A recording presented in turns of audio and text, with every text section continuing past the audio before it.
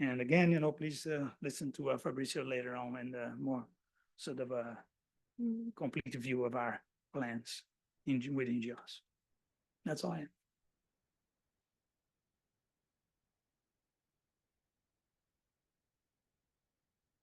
Thank you, Ricardo.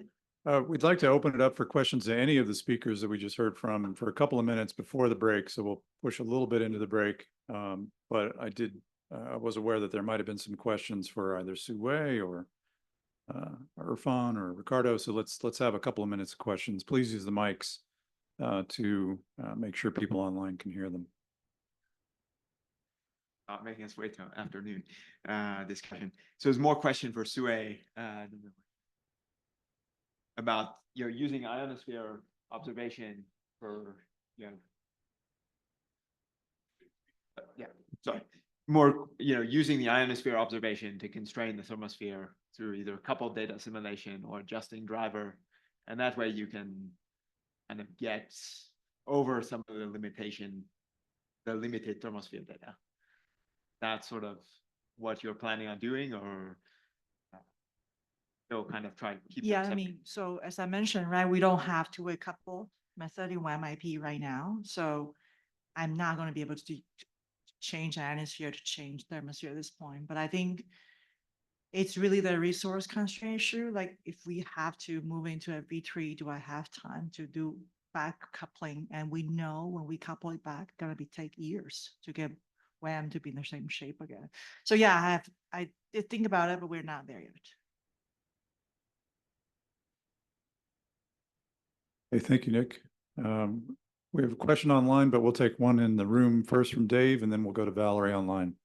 Okay, this is for Ricardo, and whether or not you're looking at Sabre and Jedi. Have you looked at MLS and Jedi?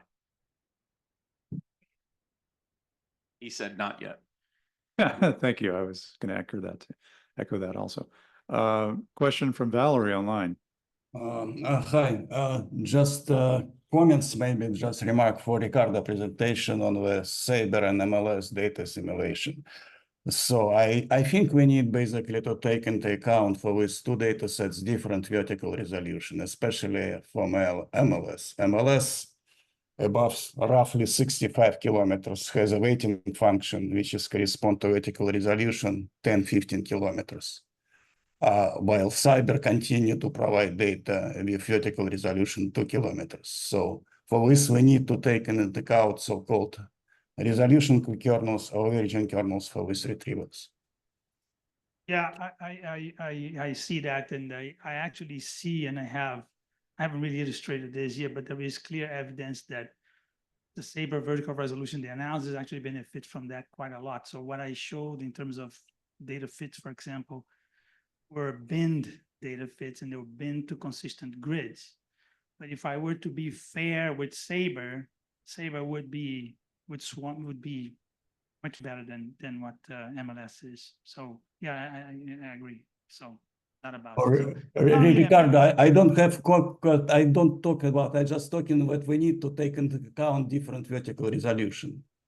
Yeah. That's correct. Yeah, but that's correct. This is quite important. Otherwise, you will be doing basically like nadir data simulation for MLS near the top of near the pose.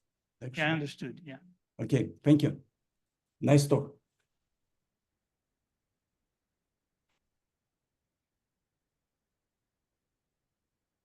So I have a question for you, Tom, on Jedi. So in your presentation, you showed the framework for Jedi, and there's a number of applications, and magnetosphere, heliosphere, and space weather in general is just one of those applications. And you're developing all these, I think you described them as generic algorithms to pull in the data. So as you're developing those algorithms, is there you have to prioritize, and what's the process of prioritizing which applications that you're going to work on? Yeah, that's a great question. So you'll learn a lot more of the details about the Jedi components with Hui's presentation. In terms of the space weather application is really nascent. I want to be very honest here. That's why we're doing this here, is actually to pick kick off that effort and have actually much more resources dedicated to this. So in prioritizing, you know, a lot of the generic components, the whole idea is, you know, they serve, you know, they're not specific to any application. Now there's prioritizing the needs. So there are things in terms of design or, you know, specific algorithms that are needed.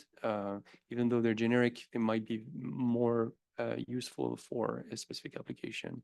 You know, there's, yeah, so what we do is we have actually all the partners come together every year and actually we have a list of requirements. We look at the overlap across agencies and come up with an annual operating plan. We've just gone through that effort for this year, and that actually lays out all the priorities and for the coming year. But the bottom line is a lot of the generics components are actually really reusable across applications, and therefore you don't have to make choices. Am I gonna you know, work for the space weather or for the terrestrial weather or for marine DA? Usually, you know, what you do